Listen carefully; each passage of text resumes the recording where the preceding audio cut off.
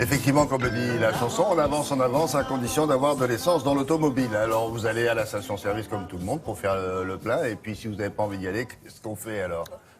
Vous faites peut-être comme Hugo, brésilien, qui est en France depuis un moment, qui était dans les embouteillages et qui se dit j'ai plus d'essence, qu'est-ce que je serais content qu'on vienne à moi et qu'on vienne me faire le plein dans ma voiture. Ouais.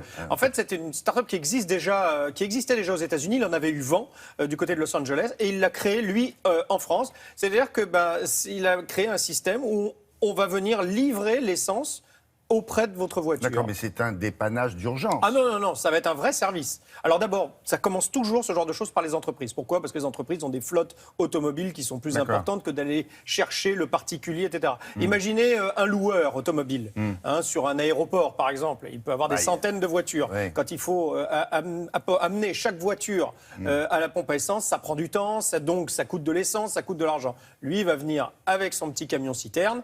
Il va venir et il va mettre de l'essence dans toutes les voitures. Voilà, donc il va commencer comme ça, avec un service 7 jours sur 7, 24 heures sur 24. Le gros problème, c'est la sécurité, bien entendu. L'agrément pour vous L'agrément déplacer. européen et français a été dur à obtenir, mais il a formé, bien entendu, les chauffeurs livreurs. Ouais. Et puis, en 2017, il va s'attaquer au marché des particuliers. Regardez comment ça fonctionne. Cutting.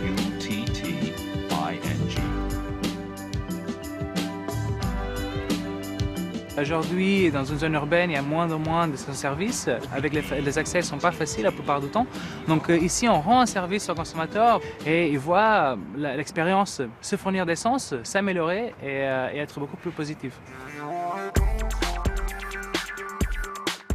Nos clients, nos cibles, c'est surtout pour l'instant les entreprises. Que ce soit les loueurs de voitures qui ont besoin de ravitailler leur flotte, mais aussi des parkings d'entreprise. Si vous avez un parking d'entreprise et vos employés vont dans leur voiture, et pour avoir le service ravitaillement dans leur parking d'entreprise. Donc du coup, vous améliorez la vie de vos employés. La sécurité, déjà, c'est notre priorité numéro 1. Donc, du coup, déjà, dans la formation des propres chauffeurs, et ils ont une formation spécifique pour le transport de carburant et aussi l'action elle-même de ravitailler la voiture du client. Après, techniquement, les cuves, elles font 1000 litres, donc ça nous fait à peu près 20 pleins.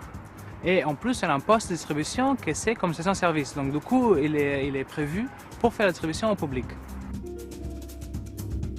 Nous, on démarre avec des entreprises qui ont des flottes de 5 voitures. Sans limite supérieure.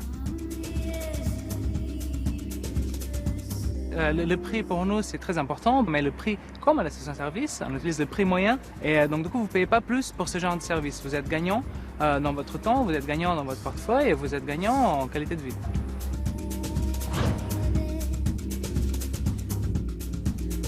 On se donne 6 mois à 1 an pour valider l'activité, pour montrer aussi qu'on peut le faire en toute sécurité. L'année prochaine, on démarrera notre service à la demande proprement dit, où vous avez votre smartphone ou directement sur votre voiture pour nous commander et faire le ravitaillement où vous êtes. Alors, ce qui m'a fait un petit peu peur, c'est d'entendre quand même qu'on va payer le même prix. C'est-à-dire que, à mon avis, les stations-service gagnent bien leur vie quand même, puisque lui, en allant se servir chez le pétrolier, il est capable de vous faire un service à domicile au même prix qu'à la pompe. Ils en ont entendu parler des stations-service parce qu'on va avoir le même problème qu'entre chauffeurs de taxi et puis les autres. Il vous l'a expliqué, les stations-service se réduisant, les pétroliers sont souvent ceux qui ont les stations-service de toute manière et ils se disent voilà un nouveau débouché.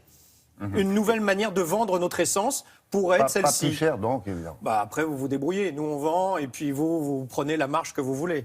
Mais là, pour le coup, moi, ça m'a surpris d'apprendre que finalement, je paierais mon essence au même prix alors que je n'aurais même pas à me déplacer. Donc, et pour lui, c'est un gros intérêt, bien entendu, avec son entreprise. Il attaque les particuliers en 2017. Et donc, il ferait des tournées selon vous allez réserver sur le smartphone, bien entendu, sur l'application, et vous allez prendre votre rendez-vous. Vous savez que vous êtes chez vous à telle heure, à telle adresse, et il viendra. Il y a un des chauffeurs qui viendra vous faire le plein devant chez vous à cette heure-là. À suivre. Ah oui. Merci beaucoup. Y compris dans les parkings d'entreprises comme celle-ci. Bien entendu, et d'ailleurs, en ce moment, il le fait surtout sur des parkings pour assurer la sécurité.